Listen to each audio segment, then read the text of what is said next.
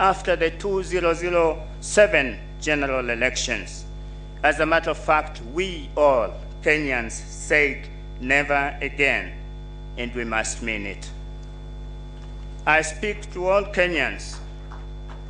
I speak to all Kenyans to live by the words of the preamble to our Constitution.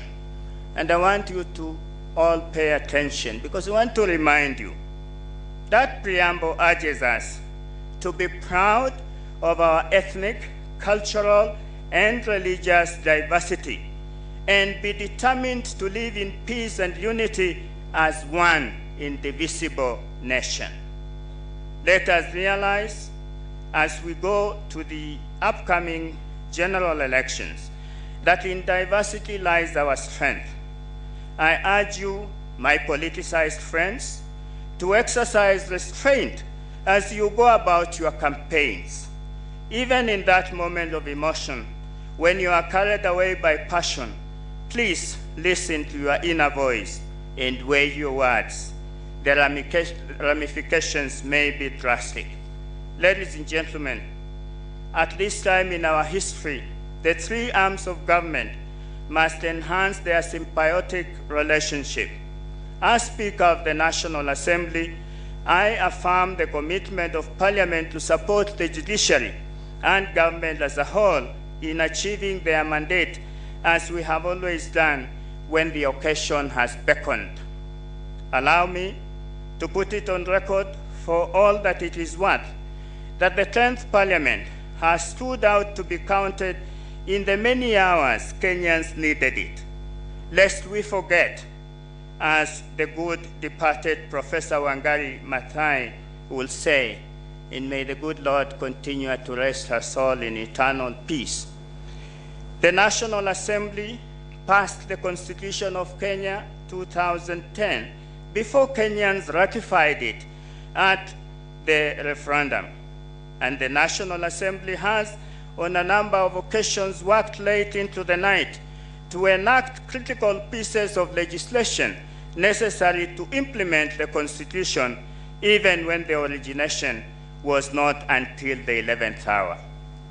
The judiciary, as it sits today, is a creature of the Constitution, buttressed by a legal framework put together by the 10th Parliament, to wit, the Judicial Service Act, which operationalized the Judiciary Fund, the Judges and Magistrates Vetting Act, the amended Judicature Act, which increased the number of judges, and the amended Magistrates Courts Act that led to expanded pecuniary jurisdiction of magistrates, making justice accessible to many. Parliament, in the exercise of its supreme mandate, has continued to respect court orders, and guided by the provisions of its standing orders on sub judice, has allowed the courts their space. I, however, urge the judiciary to reciprocate in kind by allowing Parliament its space. Let Parliament freely legislate and check it only as the law permits. And Chief Justice, perhaps I want to remind you of something. I sat in a class which you lectured in the year 1978 at the University of Nairobi. And you were then our lecturer on commercial law. And Chief Justice, you reminded us many times that law does not operate in a vacuum. And you taught us a concept known as nemodat. And occasionally you come round and talk to us about the political economy of nemodat. I want to ask the judges of our courts that even as you write that ruling, even as you write that judgment, examine it against the political economy of our nation. Law does not exist in a vacuum.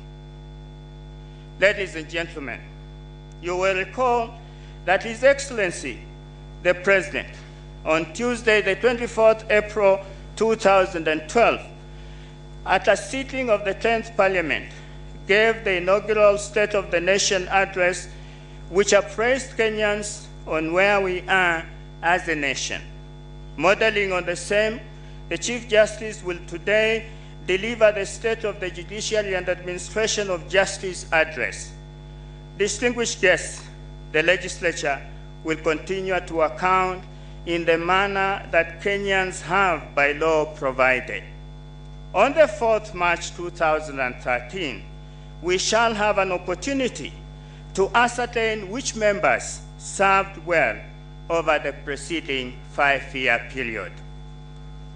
On January the 25th, 2012, the Honorable Chief Justice Carol Hussein of the Supreme Court of Georgia, while giving the State of the Judiciary address, referred to the Latin phrase, and I quote, fiat justitia ruat caelum, unquote, engraved at the head of the bench of the court.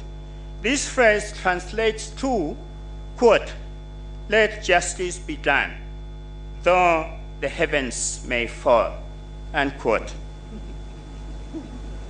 The import of which, distinguished guests, is, under all circumstances, we must uphold the rule of law and ensure justice is delivered for all. The ladies and gentlemen, that, ladies and gentlemen, is the duty of the judiciary. As I conclude, I wish to commend you once again, Honorable Chief Justice, and reiterate that Parliament will continue offering the necessary support to the judiciary for the service of our people. Finally, I confirm that after the Chief Justice hands over to me the annual report to the nation on the state of the judiciary and administration of justice, I will transmit the same to the Clerk of the National Assembly, who will, through the normal parliamentary procedures, cause it to be placed before the House for debate and adoption pursuant to Section 5, subsection 2, paragraph B of the Judicial Service Act. I thank you.